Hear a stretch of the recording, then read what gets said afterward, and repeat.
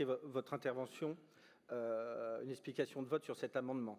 Parce qu'en effet, j'ai bien peur que l'intervention qui a été faite et liée à cette proposition d'amendement démontre qu'on n'a pas bien compris l'esprit et l'intérêt de ce qui nous est proposé ici avec cette lisière de 5 mètres à travers ce SDRIF. Ce qui nous est présenté là, c'est une première nationale. Dans le cadre de notre agriculture francilienne, qui est par définition et périurbaine, nous connaissons de plus en plus de risques en effet de conflits de voisinage avec le quotidien des activités agricoles.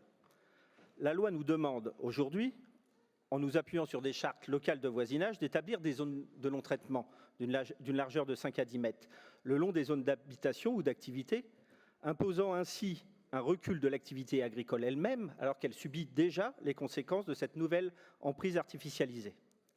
La position à la fois cohérente et clairvoyante de ce SDRIF permettra d'imposer que cet espace tampon ne soit pas à la charge de l'agriculture, mais bien à prendre sur l'espace qui sera aménagé dans le futur, ce qui est la moindre des logiques.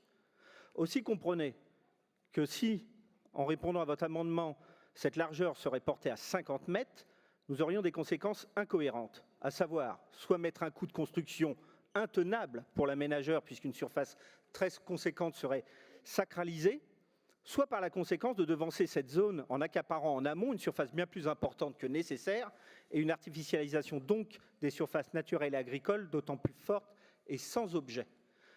Nous appuyant sur nos soutiens via les PCAE à la modernisation et à la responsabilité dans les exploitations agricoles, notamment en équipant de plus en plus les interventions, nous demandons à appeler contre cet amendement.